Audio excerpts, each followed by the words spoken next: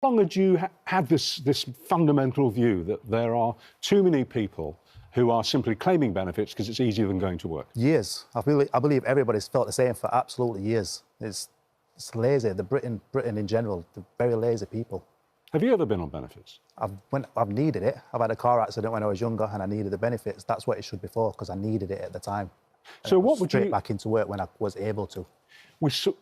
Susanna read the very funny caption that you put out alongside that picture of yourself looking heroic on the site. And then we saw you on TikTok. What would you say now to somebody who's on benefits who, in your opinion, could actually go to work? What message would you give them? I just want to motivate them to get to work. The things that you can do by going to work is unbelievable. Holidays, huge holidays to Thailand and Brazil and Australia. You can't do that when you're on benefits.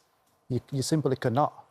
It's motivation. You can't go and buy a car on finance. You can't buy a house. You can't do a lot of things in life if you're not working. You need to work and contribute to the country. Don, was there something about the budget that really got you motivated to do? Was that like a tipping point for 100%, you? because Right. I voted Labour. I put my hands up and a lot of people said you're brave to say that you voted Labour, but I voted for him because they promised not to raise any taxes. I know we've had problems with the Conservatives in the past, but this was supposed to be a fresh start and they just lied to get into power, and it's... Wow. OK, so you are a Labour voter from the last general election. Yes. And now you feel like you've been lied to? Yes. Because of the tax increases? 100%. They've lied to get into power, and I think it's wrong. And when Kemi Badenoch, the leader of the Conservatives, who I know has invited you, hasn't she, for a meeting this week? That's correct. When she stood up in the House of Commons and said, this is all about Benefit Street, people being paid to be on Benefit Street by people who are actually working, did that resonate with you? It did, yes, 100%. So do you think that she could persuade you to vote Conservative again? I do like some of the policies she's bringing forward.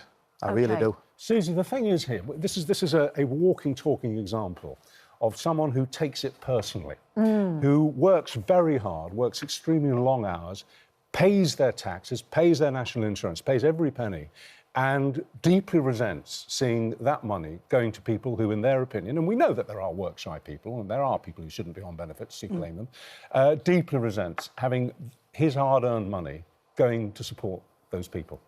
Yeah, I mean, look, we all probably agree here that there are people, a section of people in this country that are claiming benefits and they shouldn't be claiming benefits. We know that's there. That is a problem. We need to tackle it. The thing that I want to take up here is why on earth you would talk to Kemi Badenoch and the Tories.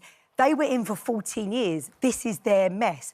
I spent 15 years of my life working with young people from poor backgrounds, helping to get them into work. Back when Labour were in government, we had the Future Jobs Fund, we had youth inclusion programmes, we had an apprenticeship programme. The Tories came in... It's the fact Labour have lied. No, the Tories came in and they scrapped all of those programmes. We have 1 million young people unemployed. There is no way that is because of us being in for a year and a half. That is a problem that has gone on for years, for over a decade. But Labour have lied to get into... They created that problem. And what have we announced? We've announced that we are going to massively fund a future jobs fund now for young people to get them off benefits and get them into work. And we actually are being tough. Susie, what...